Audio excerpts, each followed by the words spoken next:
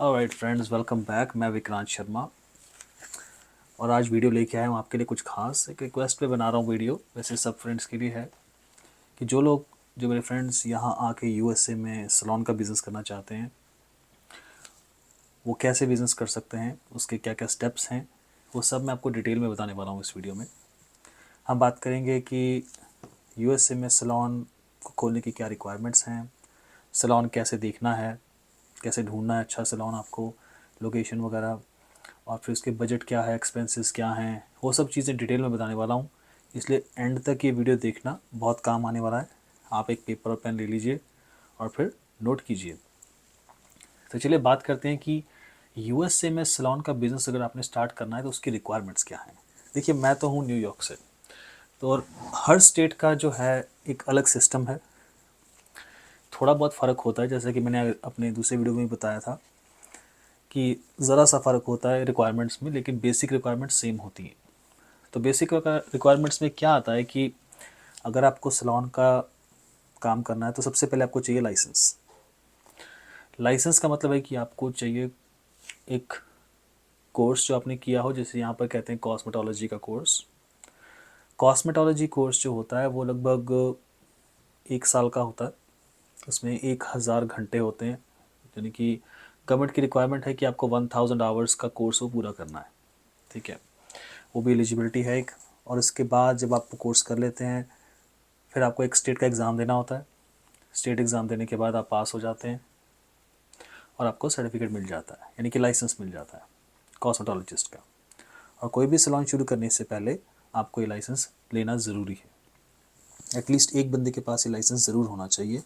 Owner के पास usually ये licence होता है। ठीक है, अब बात आती है कि ये कोर्स की फ़ीस क्या है। कॉस्मेटोलॉजी का कोर्स जो है वो ऑन एवरेज, अगर आप एक अच्छे स्कूल से देखें तो साल का 10 से 15 हज़ार डॉलर के बीच में आपका खर्चा है, जिसके अंदर वो आपको किट भी देते हैं, स्टडी मटेरियल भी देते हैं और प्रैक्टिस भी वो कराते हैं। तो ये आप खर्चा मान के चलिए एक एवरेज स्टैंडर्ड स्कूल का। अगर आप कोई हाई एंड स्कूल में पढ़ते हैं तो उसका खर्चा 20,000 से ऊपर भी जा सकता है। तो ये तो रही कोर्स की बात। फिर आती है बात कि जैसे कि न्यूयॉर्क स्टेट है, यहाँ पर अगर आपको कोर्स नहीं करना है और आप अपनी कंट्री से जहाँ से भी आए हैं, अगर आप इंडिया से आ रहे हैं, पाकिस्तान से आ रहे हैं और आपने वहाँ पर कोर्स किया हुआ है, इसके इक्विवेलेंट कॉस्मेटोलॉजी का कोर्स किया हुआ है, तो आपको यहाँ पर लाइसेंस मिल सकता है। उसकी भी रिक्वायरमेंट्स हैं, यानी कि आप एक पूरा कोर्स करने से बच सकते हैं, 15,000 की इन्वेस्टमेंट से भी बच सकते हैं।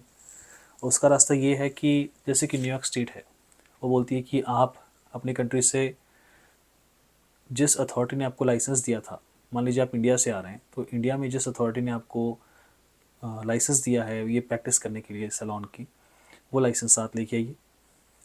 प्लस जिस सैलून में आप काम करते थे उस सैलून के एम्प्लॉयर से आप एक लेटर ले सकते हैं कि आप उनके पास सैलून में काम करते थे और आपकी ये ड्यूटीज़ थी।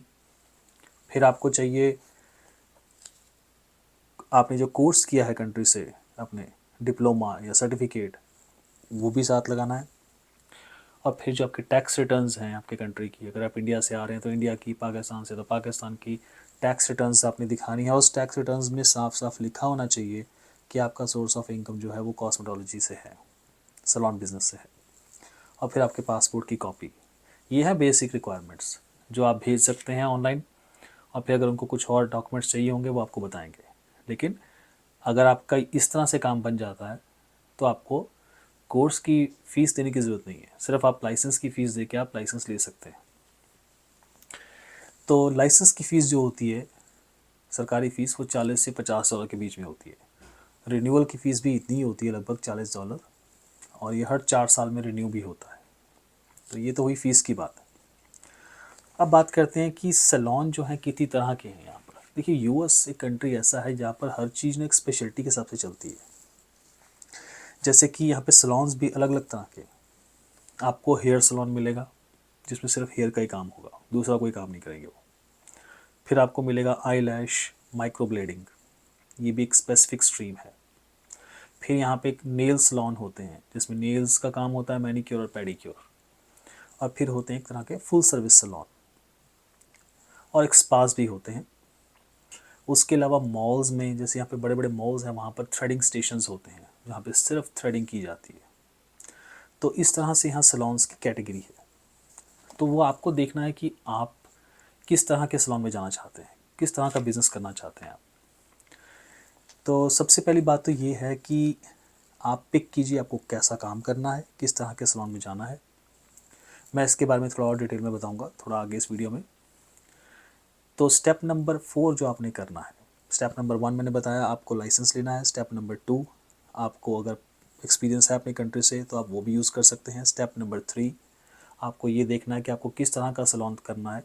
स्टेप नंबर 4 आपको एक प्लान बनाना है कि आपके पास कितना पैसा है लगाने के लिए, आपका बजट क्या है, और फिर उसके हिसाब से जिस सैलून को आपने खोलना है, जिस तरह का सैलून आपने खोलना है, उसकी मार्केट स्टडी आपको करनी है यहाँ आके। तो मार्केट स्टडी से मतलब ये है कि अगर आप नेल्स का सैलून खोल रहे हैं तो नेल्स के सैलून में यहाँ पे आसपास आपके एरिया में कितने सैलून्स और हैं, वो किस तरह के प्रोडक्ट्स यूज़ कर रहे हैं, प्राइसिंग क्या है, इसी को मार्केट स्टडी बोलते हैं। ये थोड़ा फैंसी नेम है मार्केट स्टडी। उसके बाद हम बात करेंगे कि लोकेशन। लोकेशन एक बहुत इंपॉर्टेंट पॉइंट है आपके बिज़नेस के लिए। तो एक लोकेशन पिक कीजिए कि कहाँ पर आपको ये सैलून खोलना है। सीधी सी बात है, अगर आप पॉश लोकेलिटी में खोलेंगे सैलून तो वो उस जगह पर आपको प्राइस अच्छा मिल जाएगा, लेकिन वो सर्विस भी हाई एंड एक्सपेक्ट करेंगे, और फिक्सचर्स वगैरह सब सैलून की क्वालिटी और जो स्टैंडर्ड है वो भी हाई एंड एक्सपेक्ट करेंगे। तो बजट उस हिसाब से मान के चलिए। जितना अच्छा एरिया होगा उतना अच्छा पैसा बनेगा, ये तो बात तय है। और जिस एरिया में क्राउड ज़्यादा होगा, फुट ट्रैफिक ज़्यादा होगा, वहाँ पर भी आपको कस्टमर ज़्यादा मिलेंगे। तो ये बात ज़रूर देख लीजिए कि जिस तरह का सैलून आपने खोलना है और जिस एरिया में खोलना है उसके साथ के कॉम्पिटिटर्स उस एरिया में कितने और हैं, और आपके सर्विसेज को लेने वाले लोग जो हैं वो किस कल्चर से बिलोंग करते हैं। जैसे हम देसी लोग हैं, हमें पता है कि हमारे लोग जो हैं वो थ्रेडिंग वैक्सिंग वगैरह कराते हैं, ठीक है, फेशियल्स करवाते हैं। तो हमें ये देखना कि हमारे और तरह के सैलून्स आसपास कितने हैं उस एरिया में जहाँ पर हम ये काम करना चाहते हैं, कितना कंपटीशन है, प्राइसेस क्या हैं। तो आपने एरिया के हिसाब से देखना है। फिर बात करेंगे बिज़नेस को रजिस्टर करना। आपने बिज़नेस को रजिस्टर करने का मतलब ये है आपके पास लाइसेंस आ गया है, अब आपको लेना है बिज़नेस लाइसेंस, जिसका मतलब है कि आप एलएलसी खोल सकते हैं, ऑनलाइन खुल जाती है, या फिर आप कॉर्पोरेशन भी खोल सकते हैं एज अ बिग बिज़नेस। तो ये तो ज़रूरी है, मैंडेटरी है। उसके बाद आपको एक टैक्स आईडी नंबर मिल जाता है जब आप एलएलसी खोलते हैं। उस टैक्स आईडी नंबर से आप अपने सैलून के लिए परचेजेस कर सकते हैं, आप चीज़ों को बेच भी सकते हैं अपने सैलून के थ्रू, रिटेल कर सकते हैं, ठीक है। और अपने सैलून का एक आपने नाम रख लेना है, यूनिक नेम कोशिश कीजिए रखिए, क्योंकि फिर आगे जाके अगर आपका भगवान ने चाहा, ऊपर वाले ने चाहा, आपका काम अच्छा चलेगा तो आपको इसको ट्रेडमार्क भी करवाना पड़ेगा, ठीक है। किसी दिन इसके ऊपर भी वीडियो बनाऊंगा, ट्रेडमार्क के ऊपर भी। तो ये आप कंसिडर ज़रूर कीजिए कि आपका जो सैलून है उसका नाम जो है वो यूनिक हो। उसके बाद फिर इंश्योरेंस, जैसे कि मैंने अपने लास्ट वीडियो में भी बताया था, मैंने लैंडस्केपिंग वाले वीडियो में, कि कोई भी बिज़नेस करना है उसके लिए इंश्योरेंस तो चाहिए आपको, ठीक है। हेल्थ इंश्योरेंस चाहिए आपको, बिज़नेस के लिए अपनी इंश्योरेंस चाहिए, और वर्कर्स कॉम्पनसेशन भी चाहिए, क्योंकि आप अकेले काम तो कर नहीं सकते, आपको एम्प्लॉयज़ चाहिए, और एम्प्लॉयज़ जहाँ पे काम करेंगे वहाँ पे वर्कर्स कॉम्पनसेशन तो चाहिए चाहिए, ठीक है।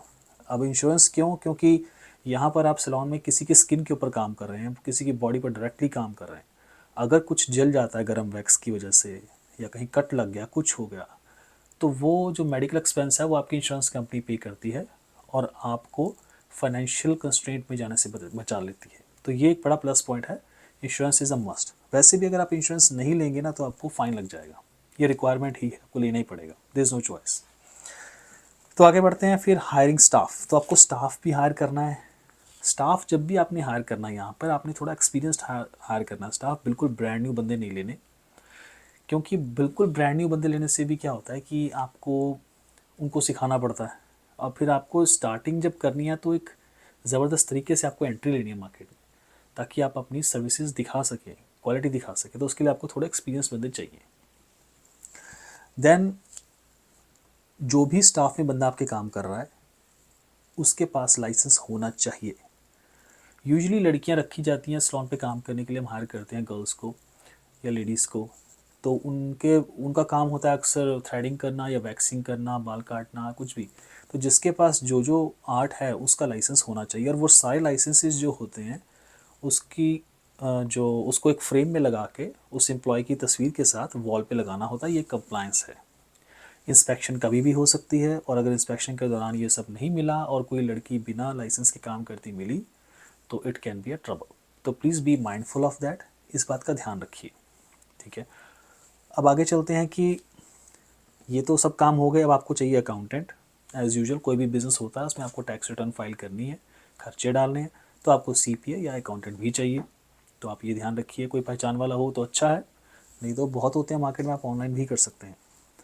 फिर जिस बिल्डिंग में आपने खोलना है सैलून, उस बिल्डिंग का परमिट यूजुअली आपको लैंडलॉर्ड दिलवा देता है, ये तो आप खुद भी ले सकते हैं। और फायर डिपार्टमेंट की क्लियरेंस कि ये बिल्डिंग सेफ़ है। ये तो जनरल फॉर्मेलिटीज़ हैं, ये आपको करनी है। फिर बात करते हैं, चलिए अब ये सब काम हो गया, बिज़नेस भी खुल गया, नाम भी रख दिया, एम्प्लॉयज़ भी आ रहे हैं, वो भी आ जाएंगे। अब बात आती है बजट की और एक्सपेंसेस की। इस काम में बजट क्या है? देखिए, एक एवरेज सैलून खोलना है अगर आपको, एवरेज से मेरा मतलब कोई लो दर्जे का नहीं, एक नॉर्मल सैलून जो आम मार्केट में देखने को मिलता है, जो अच्छी सर्विस देता है, वो सैलून आपको $50,000 से लेके $1.25 लाख, $1.5 लाख तक भी चला जाता है, डिपेंडिंग कि उस सैलून का साइज़ क्या है। साइज़ के साथ साथ उस सैलून में आप क्या क्या सर्विसेज दे रहे हैं ये भी बहुत मैटर करता है। ठीक है, उस हिसाब से उसका प्राइस जो है चेंज हो जाएगा। तो अब मैं बात करूँगा कि ब्रेक डाउन कैसे हैं इन सब खर्चों का, कौन सी चीज़ कितने की आ रही है, तो उससे आपको आइडिया मिलेगा कि आपका बजट कितना हो सकता है। तो बात करते हैं कि जब भी आपने एक जगह देख ली है, एक स्टोर देखा खाली पड़ा है, आपको पसंद आ गया, अब उस स्टोर को आपने सैलून में कन्वर्ट करना है, तो सबसे पहली बात तो है कि उस स्टोर को रेनोवेट करना पड़ेगा आपको। रेनोवेशन का मतलब यहाँ पे जो भी आपने सामान लगाना है उसकी इंस्टॉलेशंस वगैरह करानी है, बिजली की है, पानी की है, प्लम्बिंग वगैरह सब चीज़ें हैं। ठीक है, उसका आप 20 से 25 हज़ार डॉलर खर्चा मान के चलो, अगर आपने अच्छी रेनोवेशंस करवानी है ताकि बनने के बाद लगे कि कुछ चीज़ बनी है। ठीक है, सब इंस्टॉलेशंस इसमें आएंगी। फिर रेंट की बात करते हैं। रेंट जो होता है ऑन एवरेज जो मैंने देखा है वो $3,000 एक ठीक एरिया में मिल जाता है, और ये $10,000 तक भी जा सकता है रेंट, डिपेंडिंग ऑन आपके सैलून का साइज़ क्या है। अगर बहुत बड़ा सैलून है तो महीने का 10,000 रेंट भी हो सकता है, उसके अंदर बहुत सारे स्टेशन होंगे, काफ़ी बड़ा होगा। लेकिन एवरेज 3,000 से लेके 4,000 5,000 तक एक अच्छा डिसेंट साइज़ सैलून जो होता है वो मिल जाता है किराए पे। इतनी बड़ी बिल्डिंग मिल जाती है आपको। और लोकेशन पर भी डिपेंड करता है कि आप कहाँ सैलून ले रहे हैं। अगर आपकी लोकेशन हाई पॉश लोकेशन है तो ऑफ कोर्स वहाँ रेंट भी ज़्यादा होगा। जहाँ पे क्राउड ज़्यादा होगा या बड़ा प्लाज़ा होगा जहाँ पे एक एक मॉल बना होता है, वहाँ पे आप ले रहे हैं तो उसका किराया ज़्यादा होगा। लेकिन उसकी तरफ आपको फ़ायदा भी ये होता है कि आपके पास क्राउड बहुत आ जाता है, आपको हेल्प मिल जाती है। फिर बात करेंगे कि रेंट। अब जो रेंट जो मैंने जैसे बताया आपको 3,000 है या 5,000 जो भी होगा, तो लैंडलॉर्ड जो होता है आपसे एडवांस 3 महीने का रेंट लेता है। ठीक है, स्टैंडर्ड लीज एग्रीमेंट यही होता है 3, कई लोग 6 महीने ही बोलते हैं, 3 महीने जो है मैंने सुना है ऐसा लेते हैं, और देखा भी है कई जगह 3 महीने में ओके कर देते हैं। फिर आपको हर महीने में 2 बार या 4 बार आपके जो सैलून के बाहर बड़ी बड़ी खिड़कियाँ हैं उनको साफ़ करने के लिए विंडो क्लीनर चाहिए। महीने का $100-150 वो ले जाएगा आपसे। ठीक है, छोटा सा खर्चा है पर है। अब बात करते हैं इक्विपमेंट्स की।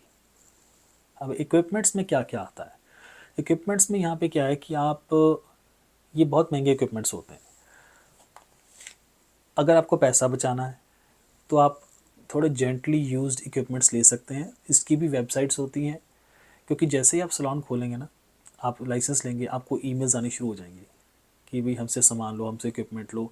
तो आप उनसे बात कर सकते हैं कि भाई कुछ जेंटली यूज्ड इक्विपमेंट है, अगर वो दिखने में साफ़ सुथरा है तो आप ले सकते हैं, आपके पैसे बचेंगे। अगर आप नया लेना चाहते हैं तो ऑफ कोर्स उसकी ऐसी बात ही कोई नहीं।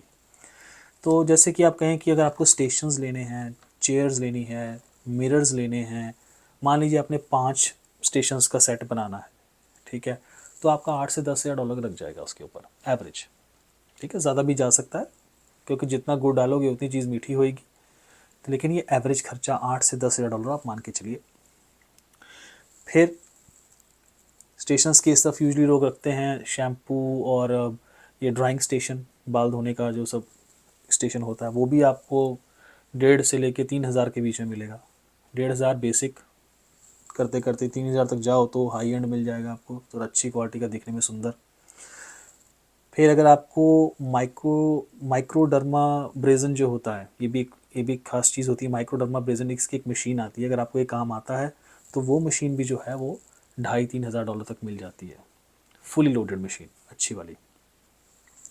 फिर आपको फेशियल्स करने हैं तो आपको उसके लिए फेशियल स्टीमर्स की ज़रूरत है। फेशियल स्टीमर्स टॉवल वार्मर के साथ भी आपको $500 तक मिल जाता है, ठीक है।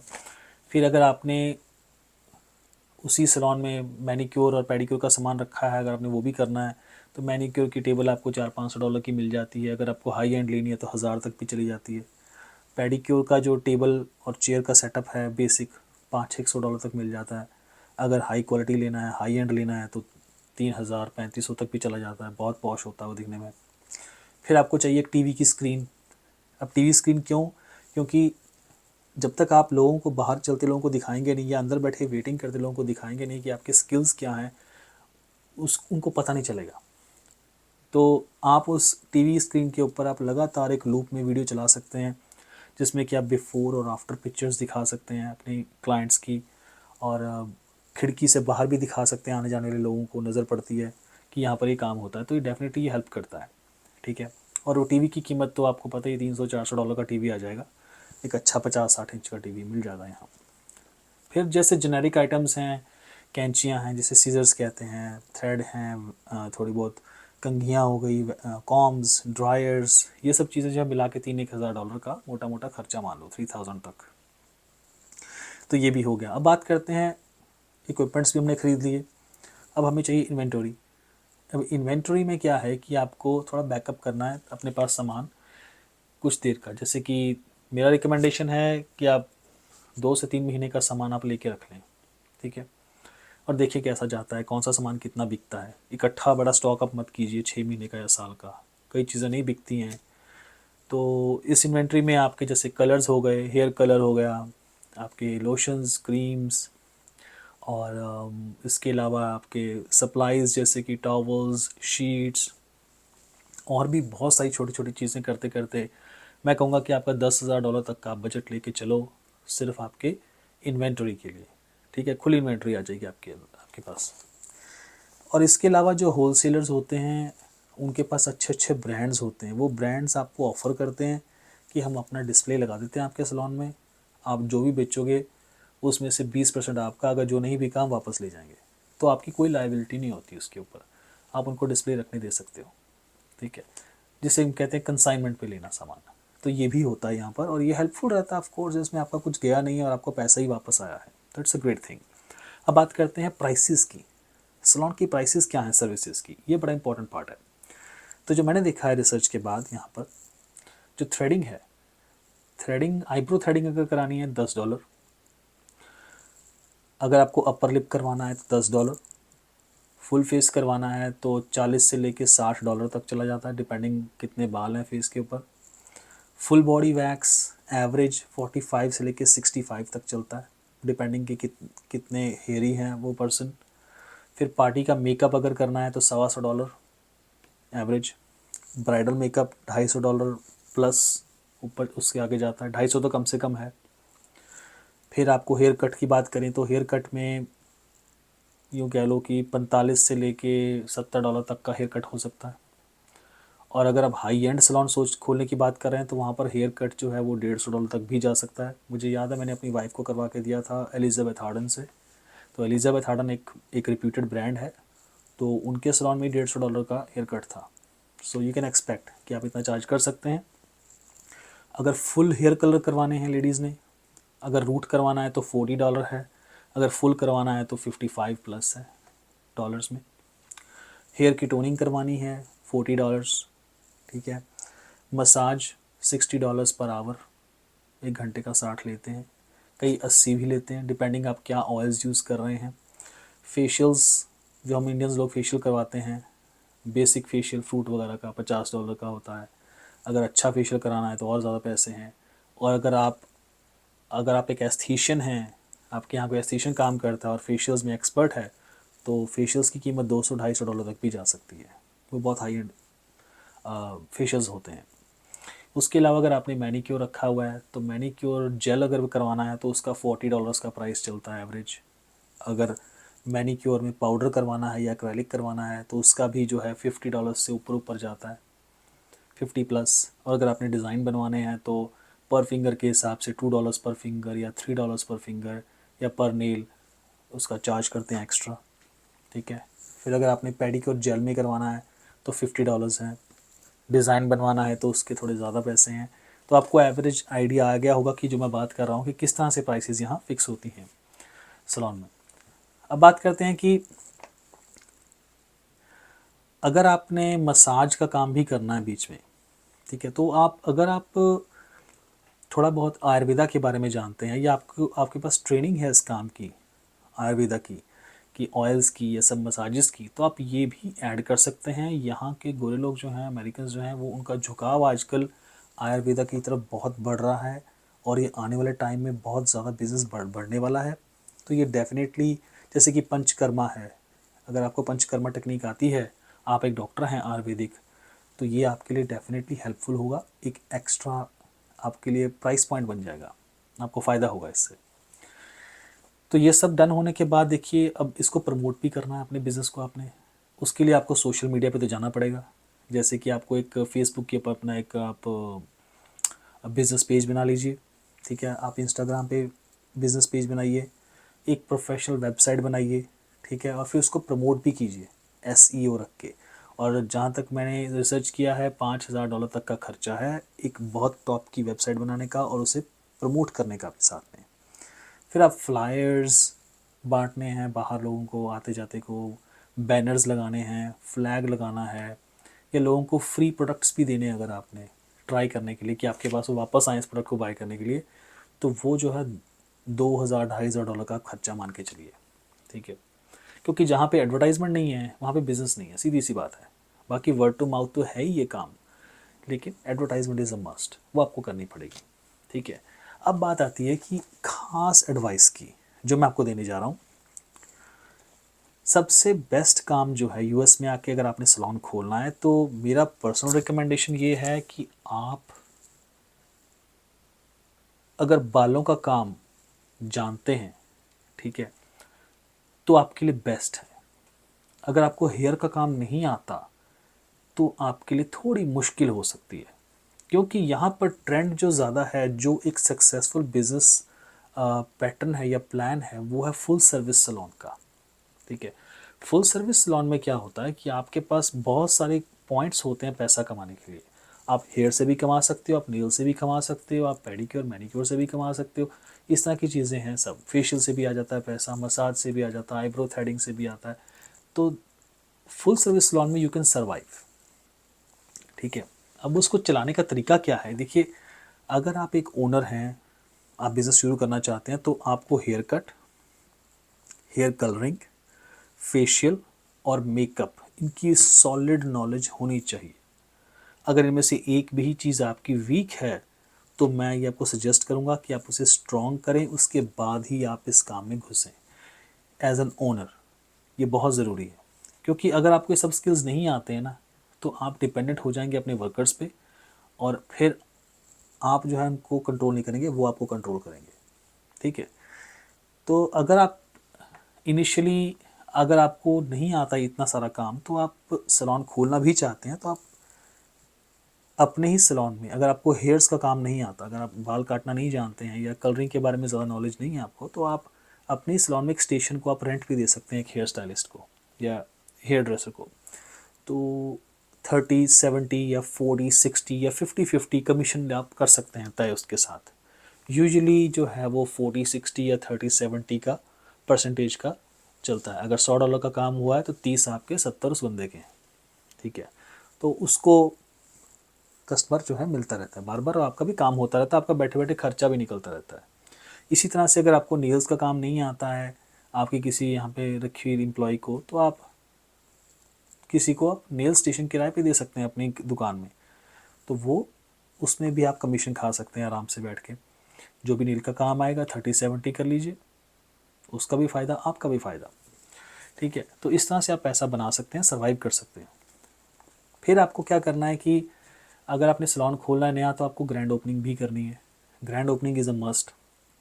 यहाँ पे ग्रैंड ओपनिंग एक बड़ा एक बड़े ब्लास्ट के साथ काम किया जाता है। सोशल मीडिया को भी बुलाया जाता है, यानी कि आपका जो लोकल फेसबुक का पेज है वहाँ पे आप पोस्ट कीजिए, वहाँ के लोकल मेयर को बुला सकते हैं, रिक्वेस्ट कर सकते हैं, या मार्केट का जो भी चेयरमैन वगैरह होता है आप उसको रिक्वेस्ट कर सकते हैं रिबन कटिंग के लिए, और लोग आते हैं। कुछ डील दीजिए आप ग्रैंड ओपनिंग पर, एक स्टार्टअप डील जो होती है वो दे सकते हैं आप, कूपन्स। अगर आपके दिन स्लो चल रहे हैं, जैसे कि मंडेज़ यूजुअली बहुत स्लो होते हैं सलोन्स में, तो आप उन दिनों में आप कूपन्स दे सकते हैं, कोई डील्स दे सकते हैं कि आप मंडे को आइए तो इतना प्राइस मिलेगा, ठीक है। फिर लॉयल्टी प्रोग्राम्स हैं यहाँ पर, कई अच्छे सलोन लॉयल्टी प्रोग्राम्स भी करते हैं, buy 10 get 1 free, buy 5 get 1 free, birthday discounts, आप वो भी कर सकते हैं। फिर आप कुछ फैशन ज्वेलरी भी ऐड कर सकते हैं। मैंने कुछ सलोन्स का सर्वे किया था, जब मैं गया देखा मैंने, तो लोग ज्वेलरी भी बेचते हैं। ज्वेलरी भी बड़ी बेसिक होती है, जो भी ट्रेंडी ज्वेलरी चल रही है आजकल, जैसे कि फैशन ज्वेलरी है, गोल्ड की नहीं, जस्ट नॉर्मल वेयर ज्वेलरीज जो होती है वो आप यूज़ कर सकते हैं, और सस्ते प्राइस में बेचिए। ऐसा नहीं कि हमको इसमें से 200% प्रॉफिट बनाना है। अगर आपने कोई चीज़ $2 की ली है तो आप उसे $3 में, 3.5 में बेच दो, ठीक है, ताकि आपको उसका रिटर्न जल्दी आए। जल्दी रिटर्न आएगा तो और नई आइटमें आएंगी, और जब नई नई आइटमें आती हैं तो कस्टमर नोटिस करता है, और कस्टमर नोटिस करता है तो उसके माइंड में ये बात रहती है कि यहाँ पर फ्रेश और नया माल आता रहता है, that means they have a good business. This is how you show people that how you work, ठीक है। तो इस बात का रखें ध्यान कि ज़्यादा लालच नहीं करें स्टार्टिंग में, सामान निकालने की करें, बस बिके सामान आपका। फिर धीरे धीरे आप इसके अंदर ज्वेलरी ऐड कर सकते हैं, जब आपको लगे कि चल पड़ा है थोड़ा और अपग्रेडेड ज्वेलरी रखिए, ठीक है, लोगों का ट्रस्ट बनता है। आप कपड़े भी बेच सकते हैं थोड़े बहुत, डिपेंडिंग आपका सैलून कितना बड़ा है, कई सैलून बेचते हैं थोड़े बहुत कपड़े, ये मैं आप पे छोड़ता हूँ डिसाइड करना, डिपेंडिंग आप किस एरिया में जा रहे हैं। अब बात आती है कि एयर कंडीशनिंग, ये बहुत ज़रूरी है, क्योंकि सैलून्स के अंदर जो वैक्सिंग रूम होते हैं वो बहुत गर्म होते हैं, और जब स्वेट होता है कस्टमर को और एसी ना चल रहा हो तो उससे ब्रूजेस भी हो सकते हैं, स्किन भी ख़राब हो जाती है। ये एक बहुत नॉर्मल आम कंप्लेंट देखने में आती है, क्योंकि कई सैलून ओनर्स जो हैं पैसा कमाने के चक्कर में एसी नहीं चलाते और कस्टमर सफ़र करता है। इसलिए प्लीज़ एसी अच्छा रखें गर्मियों में, और सर्दियों में हीट ठीक रखें। कस्टमर को कंफर्टेबल लगना चाहिए।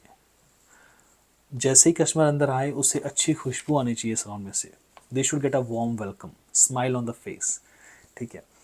कस्टमर्स को फ्री कॉफ़ी, यूएस में तो फ्री कॉफ़ी चलती है, आप कहीं भी चले जाओ, बैंक में चले जाओ, आप किसी सैलून में चले जाओ, या किसी अच्छे डॉक्टर के यहाँ चले जाओ, बैठें वेट करें, you get free coffee, you don't have to pay anything for that. तो ये एक फ्री कॉफ़ी देने से क्या होता है, कस्टमर ऑब्लाइज्ड फील करता है, अच्छा फील करता है, रिस्पेक्टेड फील करता है। हाइजीन बहुत ज़रूरी है, साफ़ सफाई एकदम स्पार्कल फैक्टर होना चाहिए A+। आपके एम्प्लॉयज़ के कपड़े बिल्कुल अप टू डेट और साफ़ सुथरे होने चाहिए। बॉडी ऑर्डर बिल्कुल साफ़ अच्छा बॉडी ऑर्डर चाहिए, ठीक है। मुंह से कोई स्मेल नहीं आए, क्योंकि यूजुअली क्या होता है हम सारा दिन काम करते हैं, भूखे पेट रहने से भी मुंह से स्मेल आती है, तो ये बहुत बैड होता है, क्योंकि यहाँ के अमेरिकन लोग पसंद नहीं करते ये, और किसी को भी अच्छा नहीं लगेगा। अगर कोई पास में के थ्रेडिंग कर रहा है मुंह से स्मेल आ रही है तो इट्स अ बैड थिंग। तो ये बात आपको ज़रूर खास ख्याल रखनी है, क्योंकि इम्प्रेशन हमेशा दिमाग में रहता है कस्टमर के, और हमेशा रहता है। तो आपको ऐसा इम्प्रेशन देना है कि हम लोग बिल्कुल क्लीन हैं और बहुत ही वार्म वेलकमिंग पीपल हैं ये, तो that will definitely go a long way. फिर हम जानते हैं कि हम लोग इंडियंस हैं, पाकिस्तानी, हम घर घर से खाना लेके आते हैं और पीछे माइक्रोवेव में गर्म करेंगे, खाएंगे ब्रेक टाइम में, तो उसकी स्मेल पूरे सैलून में जा सकती है। तो प्लीज़ मेक श्योर कीजिए कि सैलून का सेटअप इस तरह रखिए कि जो भी खाना वाना आप खाते हैं उसकी स्मेल सैलून में ना फैले, क्योंकि ये जो है it can be a turn off for some people, कुछ लोग इसे नापसंद भी करेंगे, ठीक है। तो प्लीज़ इसको भी कंसिडर कीजिए। एंड देन लास्ट की 2 ख़ास बातें ज़रूर बताऊंगा आपको। कभी भी सैलून को आप अपने एम्प्लॉयज़ के सिर पे छोड़ के मत जाइए। मेरा रिकॉर्ड है, आज तक मैंने इतने सैलून देखे हैं, कहानियाँ सुनी हैं, आँखों से देखी हैं, जिस जिस सैलून के मालिक ने सैलून को टाइम नहीं दिया और एम्प्लॉयज़ के सिर पे छोड़ा है काम, वो सैलून आज गया और कल गया, ख़त्म, आपका बिज़नेस ख़त्म हो जाएगा। तो प्लीज़ आप किसी एम्प्लॉय के ऊपर अपना पूरा सैलून छोड़ के मत जाइए, keep a control on that, ठीक है। एम्प्लॉयज़ की रिस्पेक्ट ज़रूर करनी है, वो हमारे लिए वो हमारे लिए कमा के दे रहे हैं हमें, हम उनके लिए हेल्प कर रहे हैं, एक दूसरे का हेल्प है। लेकिन बिज़नेस के कुछ रूल्स होते हैं, प्लीज़ उसे ज़रूर फॉलो कीजिए। उसके अलावा किसी भी लड़की को या कोई भी एम्प्लॉय को अपने सैलून में आप मोनोपोली क्रिएट करने मत दीजिए, ठीक है। मोनोपोली क्रिएट करने से क्या होगा कि लोग उसी के बारे में पूछेंगे, और फिर अगर वो लड़की या लड़का जो भी है छोड़ के जाएगा काम, आपका बिज़नेस नीचे चला जाएगा, सारे कस्टमर दूसरे सैलून में जाने लगेंगे। तो प्लीज़ मेक श्योर कि आप उन्हें रोटेट करते रहिए टाइम टू टाइम। आज ये काम दीजिए, कल कुछ और काम दीजिए। मैं जानता हूँ कस्टमर्स पूछते हैं कि यही हमें वही लड़की चाहिए जो मेरी थ्रेडिंग करे, मुझे स्पेसिफिक वही लड़का चाहिए जो मेरे बाल काटे। आई अंडरस्टैंड, लेकिन धीरे धीरे जैसे जैसे क्या होगा कि आप तरक्की करेंगे और आपके 1 से 2, 2 से 3 सैलून होंगे, तो आप उन तीनों सैलूनों में उनको रोटेट कर सकते हैं, एक दिन यहाँ, एक दिन वहाँ, एक दिन वहाँ, तो मोनोपोली नहीं रहती, ठीक है। हम उनके बारे में कुछ बुरा नहीं सोच रहे, लेकिन बिज़नेस को सही रखने के लिए ये ज़रूरी है, ठीक है। अब बात आती है कि हाँ, अगर मोनोपोली बनती है तो ये रेड फ्लैग है, तो प्लीज़ बी केयरफुल। तनख्वाह की बात जहाँ तक करें, जो आजकल मैं देख रहा हूँ, कई लड़कियों को दिन का $80, कईयों को $90, डिपेंडिंग उनको क्या काम अच्छे से आता है, लेकिन ये एवरेज है, $80 $90 दिन का, बाकी उनकी टिप होती है। तो ये था सब जो जनरल आइडिया है सैलून का, कि सैलून का काम यहाँ कैसे होता है। तो ये सब रिक्वायरमेंट्स, लाइसेंसिंग, ये सब जहाँ तक हो सका मैंने पूरी कोशिश की है अपनी रिसर्च करूँ और आप तक ये सब लेके आऊँ। प्राइसेस भी मैंने आपको बता दिए हैं, अब आप खुद डिसाइड कर सकते हैं कि यूएस में अगर आपको सैलून खोलना है तो उसके लिए आपको क्या क्या चाहिए, किन किन बातों का ध्यान रखना है। फिर भी अगर आपके कोई क्वेश्चंस हों तो मुझे आप कमेंट्स के थ्रू कांटेक्ट कर सकते हैं। कोई और वीडियो आप चाहते हैं कि मैं बनाऊं आपके लिए किसी बिज़नेस के बारे में, तो मुझे बताइए प्लीज़ कमेंट्स में, मुझे बहुत खुशी होगी। और मैं पूरी कोशिश करूंगा कि आपके लिए ज़्यादा से ज़्यादा इन्फॉर्मेशन लेके आऊँ, डिटेल में लेके आऊँ, ताकि आपकी कुछ मदद हो सके। मेरा गोल तो यही है कि जो भी मुझे देखने वाले लोग हैं, मेरे फ्रेंड्स, मेरे भाई बहनें, वो सब इन वीडियोस से फ़ायदा उठाएं, लाइफ में तरक्की करें, खूब पैसा कमाएं। खूब क्या, मैं कहता हूँ बहुत पैसा कमाएं। आपकी फैमिलीज़ के लिए आप वो हर चीज़ लेके आएँ जिसके लिए उनकी ज़रूरत है, जो उनका मन करता है। भगवान आपके साथ है, मेरी दुआएं आपके साथ हैं। चलिए मिलता हूँ अगले वीडियो में, फिर से कुछ नया लेके आता हूँ आपके लिए। तब तक के लिए टेक केयर।